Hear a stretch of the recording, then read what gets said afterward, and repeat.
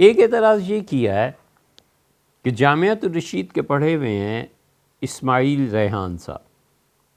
ہمارے قریبی ہیں اور حضرت کی خدمت میں بھی حاضری ہوتی ہے کبھی کبھی۔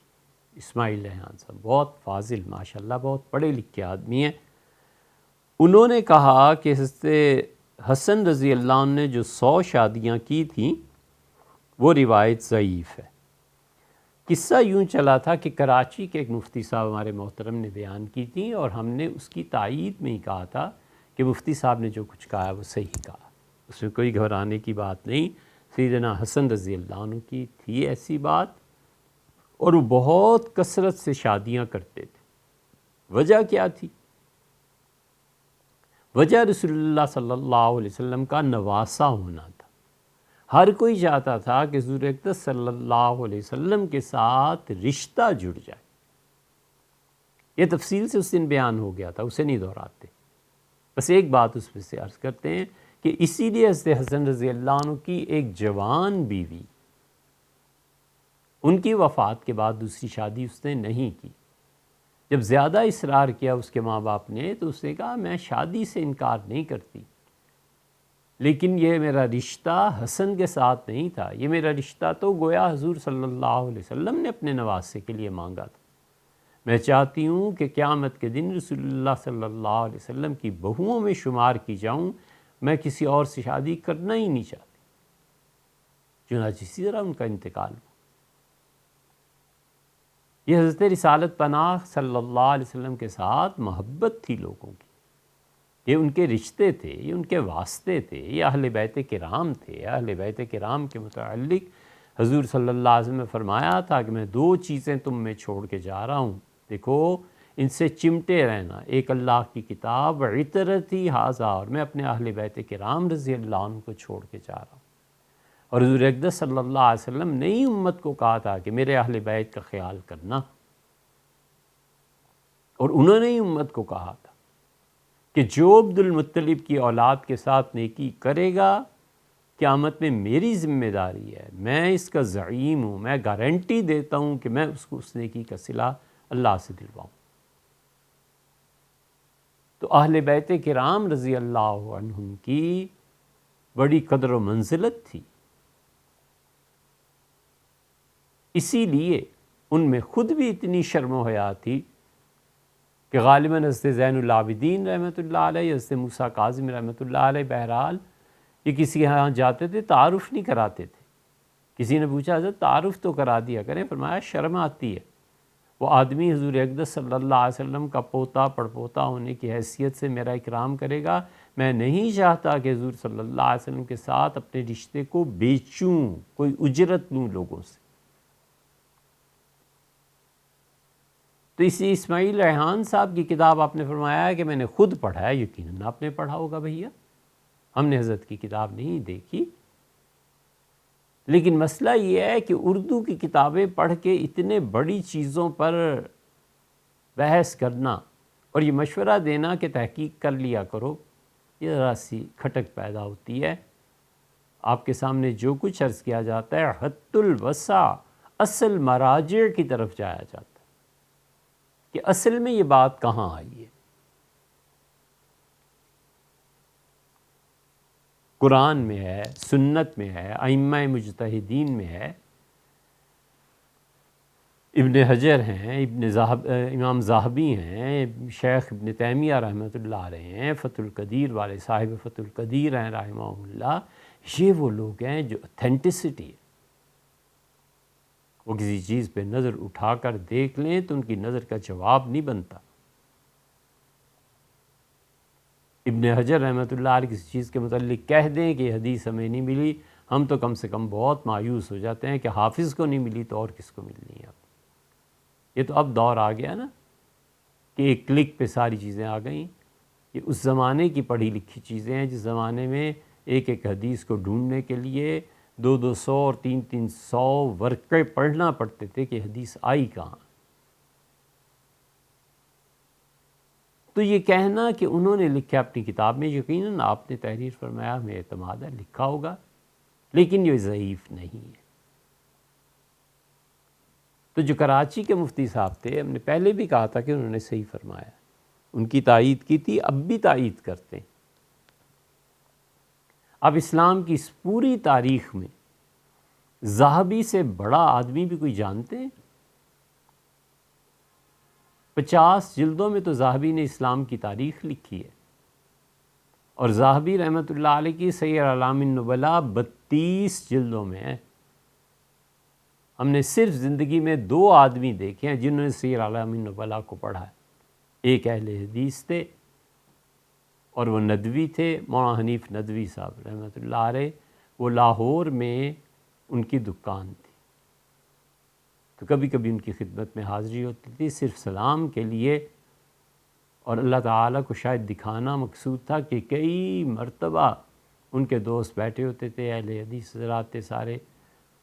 طالب علم بیچارے خاموش بیٹھے رہتے تھے، تو وہ سیر اعلام النبلاء کا ذکر کرتے تھے، اور ایک آئینے میں دیکھا۔ یہ ذہبی ایسے آدمی ہیں کہ ابن حجر رحمۃ اللہ علیہ نے کہا کہ میں جب پہلی مرتبہ حرم شریف میں حاضر ہوا تو میں نے زمزم کے کنویں پہ کھڑے ہو کے پانی پیا اور دعا مانگی اللہ سے کہ اللہ مجھے امام ذہبی جیسا علم عنایت فرما۔ ذہبی علم کی دنیا میں سکہ رائج الوقت۔ یہ ذہبی رحمۃ اللہ علیہ نے اور جگہ بھی بہت مل جائے گا، یعنی اس لیے ذہبی رحمۃ اللہ علیہ کو چنا ہے تاکہ آپ کو پتہ چلے کہ سیدنا حسن ابن علی رضی اللہ عنہ کے متعلق کہ وہ بہت شادیاں کرتے اور طلاق دیتے تھے، یہ بات بالکل غلط نہیں ہے۔ آپ کی ساری تاریخ بھری پڑی ہے، اس میں کون سی ایسی بات ہے یار؟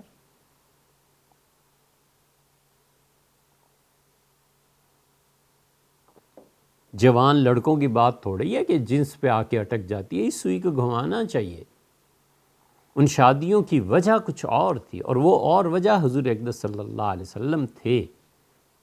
بس سیدھی 2 لفظوں کی بات ہے۔ حضرت رسالت میں آپ صلی اللہ علیہ وسلم کے نواسے نہ ہوتے، سیدنا علی رضی اللہ عنہ کے بیٹے نہ ہوتے، حضرت فاطمہ سلام اللہ علیہا کے صاحبزادے نہ ہوتے، پھر کہاں یہ بات ہو سکتی تھی؟ یہ ساری نسبتیں سیدنا حسن رضی اللہ عنہ میں جمع ہو گئی تھیں۔ حضور صلی اللہ علیہ وسلم تھا میرا بیٹا سردار ہے اس امت، ان ھذا ابنی سید، میرا بیٹا سید ہے، میرے بیٹے آقا ہیں۔ حسن ابن علی رضی اللہ عنہ کا احترام سیدنا عمر رضی اللہ عنہ کرتے تھے، ابو بکر رضی اللہ عنہ کرتے تھے۔ اب ظاہر ہے کہ موقع نہیں ہے سیدنا حسن رضی اللہ عنہ کے مناقب بیان کرنے کا، لیکن یہ ہے سیر اعلام النبلاء کی 3 جلد۔ ذہبی لکھتے ہیں، اب یہ ذرا ذہبی کا قلم دیکھیں، وَقَدْ كَانَ هَذَا الْإِمَامُ سَيِّدًا، یہ امام حسن رضی اللہ عنہ سید تھے، آقا تھے اپنے زمانے کے، وسیماً، بہت متناسب جسم، بہت اچھے تھے، جمیلاً، بہت خوبصورت تھے، عاقلاً، عقل کی بھی انتہا تھی، رزیناً، بہت فراست تھی، جواداً، سخاوت بھی بے پناہ تھی، ممدحاً،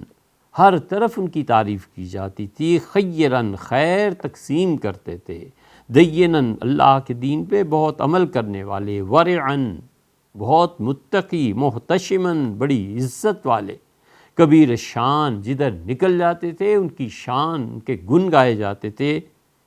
9 لقاب ذکر کرنے کے بعد کہتے ہیں وَقَانَ مِنْکَاحًا، بڑی کثرت سے نکاح کرتے تھے، مطلاقاً، بہت زیادہ طلاق دیتے تھے، تزوج نحو من 70 امرأۃ، 70 کے قریب عورتوں کو انہوں نے طلاق دی تھی، وقلما، اور کم ہی ایسے ہوا ہے کہ کان یفارقہ 4 ذرائر، جب آپ کی زندگی میں کوئی ایسا وقت آیا ہو کہ آپ کی بیویاں 4 نہ ہوں۔ یہ ذہبی لکھ رہے ہیں۔ پھر وہ کہتے ہیں کہ جعفر صادق رحمۃ اللہ علیہ کہتے ہیں سیدنا علی، پھر حسین، پھر ان کے بیٹے علی زین العابدین، پھر ان کے بیٹے باقر، پھر ان کے بیٹے جعفر صادق رضی اللہ تعالیٰ عنہم، یہ متصل کڑیاں آپس میں جڑی ہوئی۔ یہ جعفر صادق رحمۃ اللہ علیہ کہتے ہیں کہ انا علی، سیدنا علی رضی اللہ عنہ ہمارے دادا جب کوفہ تشریف لے گئے، اس کا حوالہ ہم نے دیا تھا پچھلی مرتبہ، تو انہوں نے فرمایا کہ لا تزوجوا الحسن، حسن کو اپنی بیٹیاں نہ دیا کرو، میرا یہ بچہ طلاق بہت ہی طلاق دینے والا ہے۔ فقال رجل، ایک آدمی کھڑا ہوا، آگے آ جائے گا کہ وہ ہمدانی قبیلے سے تھا، تو ہمدانیوں نے کہا واللہ لنزوجنہ، اللہ کی قسم ہے ہم حسن رضی اللہ عنہ کو اپنی بیٹیاں ضرور دیں گے۔ فما رضی امسکا، حسن جس سے خوش ہوئے اپنی بیوی سے اسے رکھ لیں گے، وما کرہ طلقا، اور جس سے نہ خوش ہوئے نہ پسند آئی تو طلاق دے دیں گے، لیکن ہم حسن رضی اللہ عنہ سے اپنی نسبت ضرور قائم کریں گے۔ یہی تو وہ سر اور راز ہے کہ حضور اقدس صلی اللہ علیہ وسلم سے نسبت ثابت ہوتی ہے۔ قال ابن سیرین، ابن سیرین کہتے ہیں کیا پوچھتے ہو، حسن رضی اللہ عنہ کی شادیاں کیسے ہوتی تھیں؟ تزوج الحسن امرأة، حسن رضی اللہ عنہ نے ایک عورت سے شادی کی، فارسل الیہا بمئۃ جاریہ، 100 باندیاں بھیجیں۔ ایک ہمارے ہاں بھی ہوتی ہے،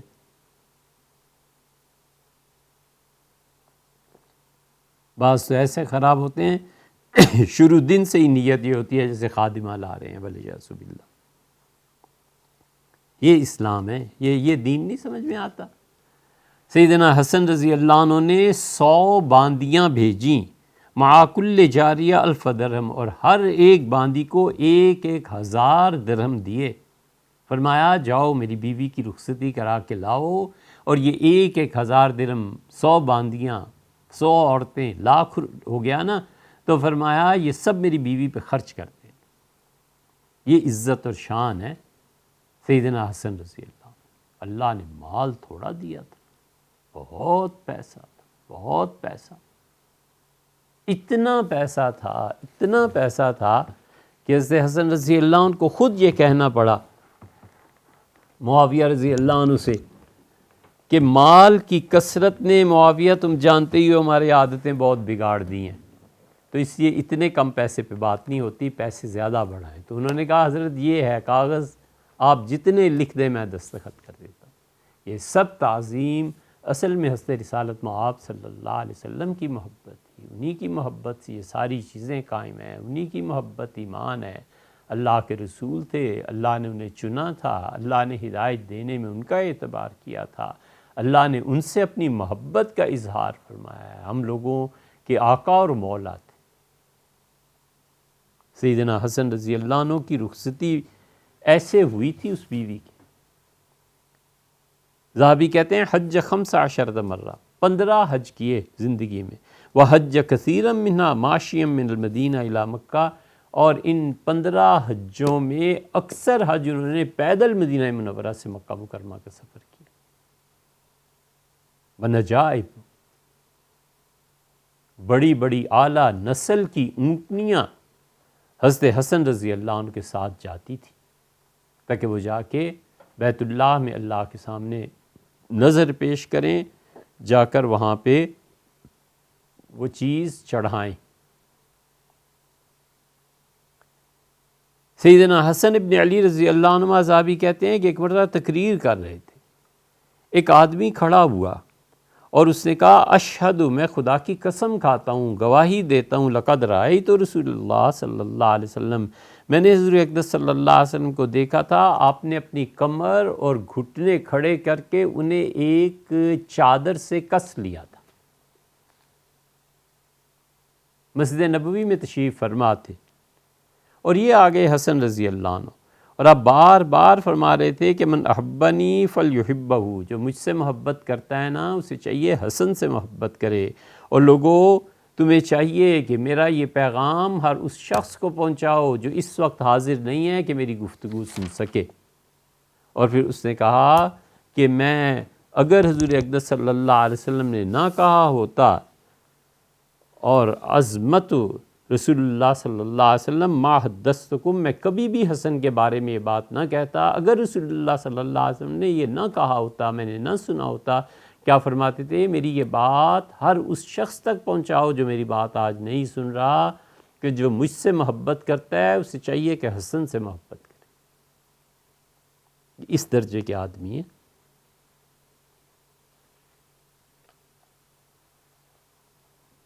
یہ زر ہیں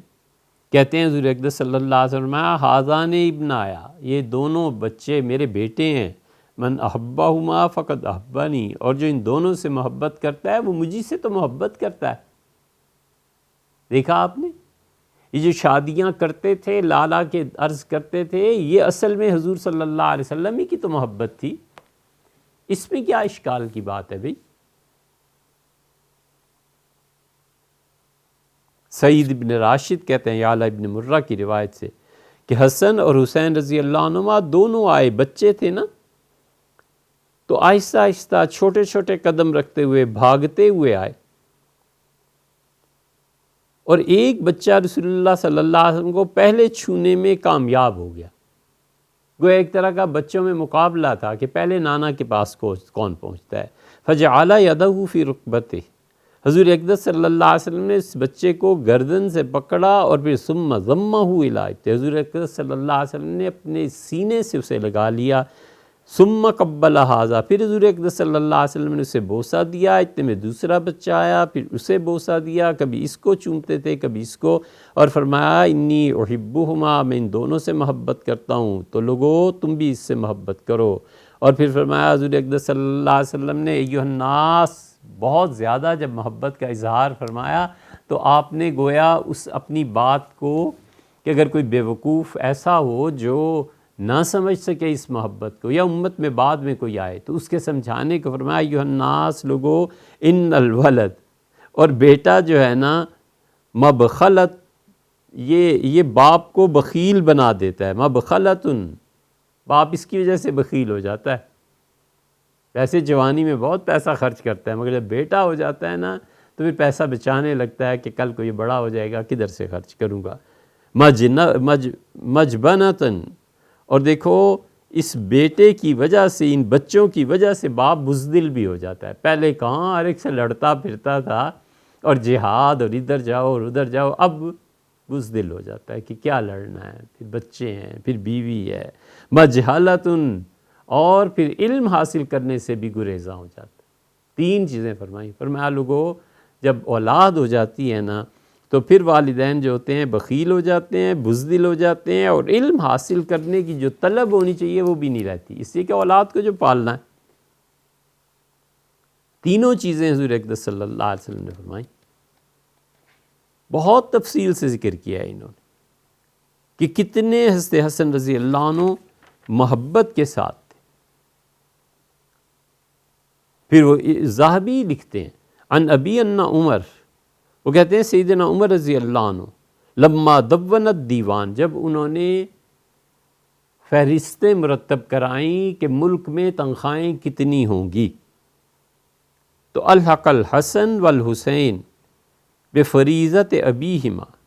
تو انہوں نے کہا جتنی علی کی تنخواہ مقرر ہوگی حسن اور حسین رضی اللہ عنہما کی اتنی ہی مقرر ہوگی، باپ اور بیٹے سب ایک درجے پہ آئیں گے۔ لقرابتہما من رسول اللہ صلی اللہ علیہ وسلم، ارشاد فرمایا امیر المومنین رضی اللہ عنہ نے کہ حضور اقدس صلی اللہ علیہ وسلم کی وجہ سے ایسے کر رہا ہوں۔ فرض لکل منہما 5000 درہم، 5000 درہم علی بھی لیں گے اور ان کے دونوں بیٹے لیں گے، کیونکہ رسول اللہ صلی اللہ علیہ وسلم سے ان کی قرابت داری ہے، رشتہ داری۔ یہ اس لیے آپ کے سامنے رکھا جا رہا ہے کہ سیدنا حسن رضی اللہ عنہ کو ایک لمحے کے لیے ذرا ادھر کر کے نا دیکھو، لوگوں کو حضور اقدس صلی اللہ علیہ وسلم کی وجہ سے ان سے محبت تھی اور ان سے تعلق تھا۔ بس آخری بات کہیں، وہ بھی اسی سلسلے میں، یہ وہ ہے وہ جس کو آپ ضعیف قرار دے رہے ہیں اور تحقیق کر لیا کریں، یہ کرو نا ذہبی رحمۃ اللہ علیہ، اس کا رد کوئی ہو سکتا ہے؟ جعفر ابن محمد، امام جعفر رحمۃ اللہ علیہ اپنے والد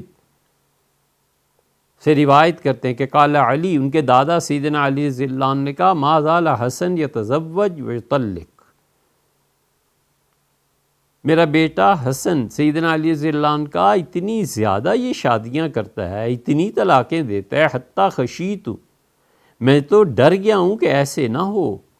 کہ یہ قبیلے آپس میں لڑ پڑے۔